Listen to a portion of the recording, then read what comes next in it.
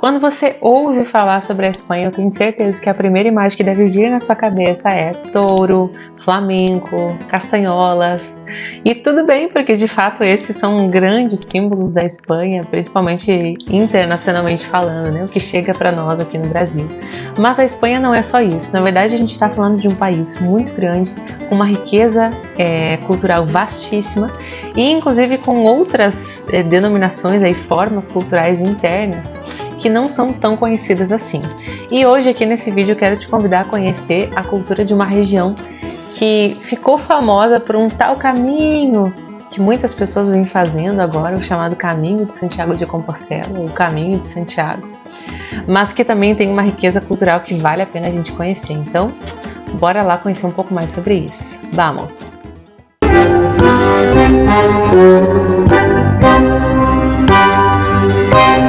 Muy bien, hermanos. ¿Por qué vamos a hablar hoy sobre Santiago? Por que a gente vai falar um pouco sobre Santiago? Primeiro, porque de fato é uma cultura belíssima, né? E com o passar do tempo, o Caminho de Santiago vem ficando cada vez mais popular, então acho que vale a pena a gente conhecer um pouco melhor, não só sobre o caminho em si, mas sobre a questão cultural que circunda a cidade de Santiago, a região de Santiago, né? E a província, o estado onde ela está, que na verdade é a Galícia, né? Quando a gente pensa na Espanha como um todo, a gente pensa num país muito grande e que por muito tempo foi separado em reinos diferentes. Então, o processo de unificação da Espanha até se tornar a Espanha como nós temos hoje foi um longo processo que passou por reinos separados, com reis diferentes, com expressões culturais diferentes e próprias de cada lugar e que inclusive se desenvolveu com idiomas diferentes. Então, quando a gente olha para a história desse lugar, a gente vê várias línguas sendo faladas naquelas regiões. E na Galícia, que é essa regiãozinha que fica bem na pontinha, em cima de Portugal, essa região também se desenvolveu de maneira própria e teve influência de vários povos. O que acontece? Desde o período pré-Império Romano, né, a gente pensa lá no período realmente antes de Cristo ainda, a Galícia foi muito influenciada pela presença de povos que a gente poderia chamar de protocélticos, que são, digamos que, anteriores à cultura celta, mas que depois vão deixar na Galícia muitas marcas dessa cultura céltica, né? Até hoje a gente consegue vislumbrar um pouco disso lá. Então, a presença desse povo foi um dos primeiros povos que passaram pela Galícia e que deixaram essa marca de cultura ali naquele lugar. Com o passar do tempo, a Galícia foi se transformando aí num dos territórios dominados pelo Império Romano, então passou também pela influência romana nesse momento, e depois com o tempo, quando ela se tornou aí de novo território livre do Império Romano, nós temos aí a presença de vários povos. Passaram por ali os visigodos, depois passaram por ali disputas de territórios diferentes, os vikings passaram pela Galícia. É um território que conheceu realmente muitos povos.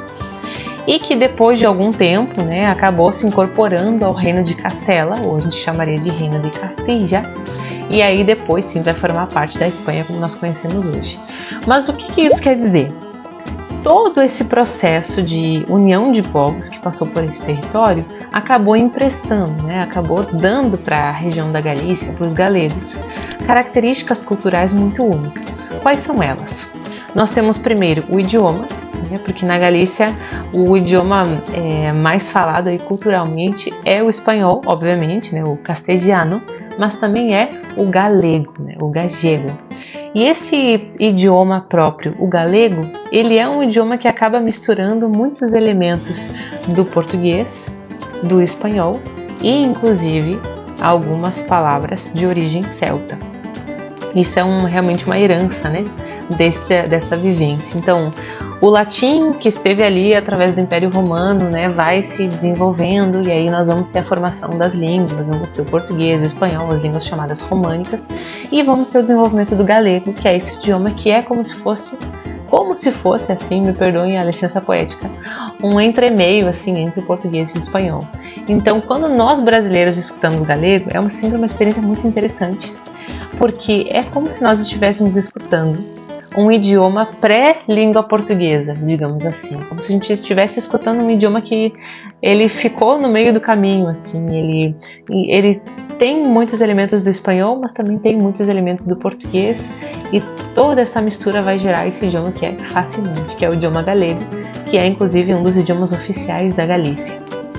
E além disso, essa região também vai ter características culturais muito interessantes, como a música, né? A música galega, ela tem essa característica da gaita de fole, que é, num primeiro momento parece algo, nossa, irlandês, escocês, né? Mas essas regiões célticas geralmente comungam com a Galícia essa característica musical, que também aparece por lá, da pandereta, da gaita de fole, né? Ou a gente também pode chamar de gaita galega, que é esse jeito, então, esse instrumento que marca uma sonoridade muito comum, muito típica. Aparece muito o uso de violino, enfim, né? A musicalidade galega é realmente muito, muito interessante e guarda muito dessa herança céltica aí na sua sonoridade. Nós também vamos ter danças típicas, trajes típicos que vão nos lembrar bastante dos povos aí irlandeses, célticos. E é uma região que vai ser muito marcada também pela proximidade com o mar. Então, como nós temos ali a costa do Atlântico, né, banhando a Galícia, nós vamos ter a presença dos frutos do mar muito presentes. E vamos ter também, enfim, uma culinária toda voltada para frutos do mar. Então, ir para a Galícia é comer muito fruto do mar, muito marisco, muito peixe, porque é uma região que realmente é abundante nesse sentido. Um dos pratos mais tradicionais da Galícia é o pulpo à la gallega, que é o polvo, né? O polvo preparado assim, com temperos, né? Como se fosse um petisco. Então, é uma região também que tem essa culinária que acaba tendo muita relação com o mar. E agora, todas essas características parecem ser bastante diferentes daquilo que a gente conhecia, né, da Espanha do flamenco, da Espanha das touradas, da Espanha calorosa do sul, porque a gente tem bastante essa visão do sul da Espanha internacional, né, ou de Madrid, da região do centro da Espanha, mas a Galícia de fato ela vai diferir tanto nesses aspectos quanto na sua natureza, né? A gente tem um local muito chuvoso, com muito verde, muito arborizado, muito úmido, muito diferente do clima bem seco que a gente encontra no sul, por exemplo, que é uma outra característica que muda bastante. E tudo isso também vai ser aí coroado, digamos assim, pelo marco, né, pelo símbolo da Galícia, que é a sua capital, Santiago de Compostela, que recebe esse nome justamente por causa da sua Catedral de Santiago e por causa dos restos mortais de São Tiago Maior, São Tiago Apóstolo, que repousa, segundo a tradição, na Catedral de Santiago. E essa é uma história muito interessante, porque a tradição vai contar que São Tiago, né, o apóstolo Tiago, depois que Jesus, enfim, como conta a fé católica, morreu, ressuscitou, enfim, os apóstolos saíram para evangelizar pelo mundo e São Tiago teria sido o apóstolo que evangelizou a Península Ibérica.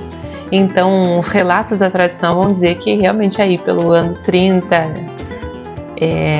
40 depois de Cristo, mais ou menos, que começou então a evangelização de São Tiago Maior ali na Península Ibérica. Ele passou por ali e depois a tradição também vai dizer que os discípulos de Tiago acabaram levando seus restos mortais para essa região da Galícia. Mas o túmulo, originalmente, digamos assim, o túmulo de fato, os restos mortais foram encontrados e reconhecidos pela Igreja apenas no século VIII.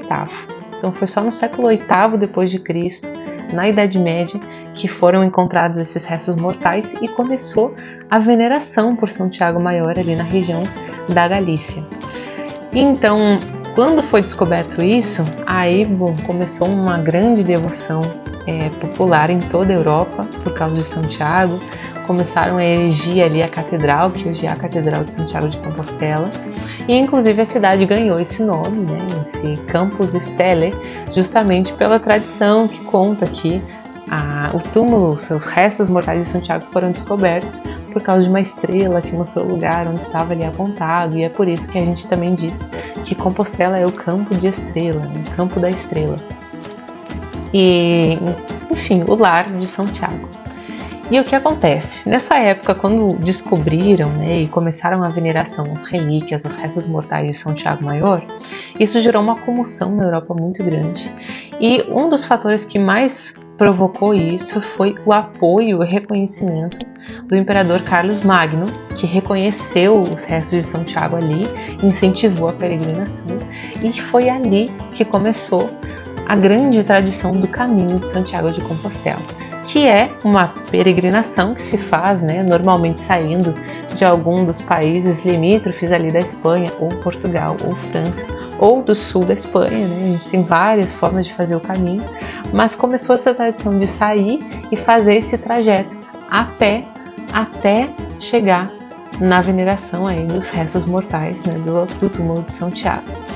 E essa veneração de fato começa na Idade Média e depois ela vai se estender ao longo dos séculos, vai permanecer muito viva e vai se reavivar principalmente no período da Reconquista Espanhola, né? A Reconquista começa no século IX, que é quando os espanhóis começam a lutar pelo seu território contra a presença dos mouros. E São Tiago ele vai ter uma aparição milagrosa, como conta a tradição, de que ele teria aparecido em uma das batalhas, que seria a Batalha de Clavijo, e nessa batalha, então, ele ajuda os soldados a vencer contra os mouros. E ele, então, se torna, de fato, o padroeiro da Espanha, né? Tradicionalmente, ele continua sendo até hoje o padroeiro do país, da Espanha, por causa disso também. E esse é um dos motivos pelos quais São Tiago é mostrado na Espanha com formas diferentes. Então ele aparece como um soldado em cima de um cavalo, guerreando, como Santiago Matamoros, que é a tradição, e ele também aparece como um peregrino, fazendo aí o caminho junto com seus peregrinos que vão até ele venerá-lo. Inicialmente, claro, era por questões de fé, e hoje o caminho ele já tem uma outra conotação também. Então, além da questão da fé de muitas pessoas, muita gente também faz o caminho por uma questão de aventura ou de busca por propósito ou por algum sentido espiritual, às vezes até mesmo desconectado da fé católica e da presença do apóstolo ali na catedral. Mas o fato é que cada vez mais esse caminho tem se consolidado e tem sido feito por mais e mais pessoas ao longo dos anos. Santiago abriga muitos peregrinos a cada ano que chegam lá. E a gente vai ter essa presença, então, dos peregrinos que saem de lugares diferentes, né, os caminhos de Santiago, porque são várias ramificações, é possível sair de vários lugares para chegar até Santiago. E nesse ponto, nesse caminho todo, eles têm que passar, então, né, de igreja em igreja para ganhar um carimbo no seu passaporte de peregrino, para de fato comprovar que foi feito o caminho completo. E quando eles chegam na catedral, aí sim o peregrino ele recebe então o comprovante, né, de que ele realmente finalizou o caminho de Santiago, que a gente chama de Compostelana. Um dos símbolos então desses peregrinos é uma concha, que a gente diz que é a concha de vieira, né, que é esse tipo de marisco que tem esse formato sugestivo como você está vendo aqui na tela, e que era inclusive muito usado antigamente como uma forma dos peregrinos para beber água, para recolher comida, enfim, era inclusive uma utilidade prática, né? Então o costume era que cada peregrino carregasse uma concha dessas, né, pendurado na sua roupa ou no chapéu, para mostrar que era um peregrino de Santiago. E essa tradição continua, né? As pessoas continuam mantendo aí o símbolo da concha durante o seu caminho, e é de fato algo que fascina milhares e milhares de pessoas ao redor do mundo. Se você chegou nesse vídeo, eu presumo que você talvez tenha interesse nisso. Se ainda não conhecia o caminho, fica aí a recomendação para conhecer um pouco mais sobre essa peregrinação tão interessante, né, tão fascinante que nós temos aí na Espanha, e que de fato guarda muito dessa herança medieval. Então nós temos aqui uma preservação que não é somente histórica, mas que consegue, ao mesmo tempo em que preserva a história espanhola, também se atualizar, né, e continuar respondendo aos nossos anseios até os dias de hoje, como essa forma de buscar inspiração, sentido da vida. O caminho de fato é um caminho, dá respostas.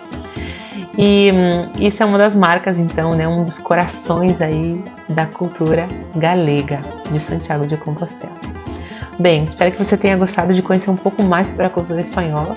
Comenta aqui embaixo se você quer outros vídeos sobre a Espanha ou sobre outros países latino-americanos para a gente poder fazer também. Se você tiver pedidos, coloca aqui embaixo sobre o que você quer o próximo vídeo aí da nossa série de cultura do mundo hispânico. E a gente se vê no próximo vídeo. Nos vemos no próximo, hermanos. Hasta la próxima, nos vemos.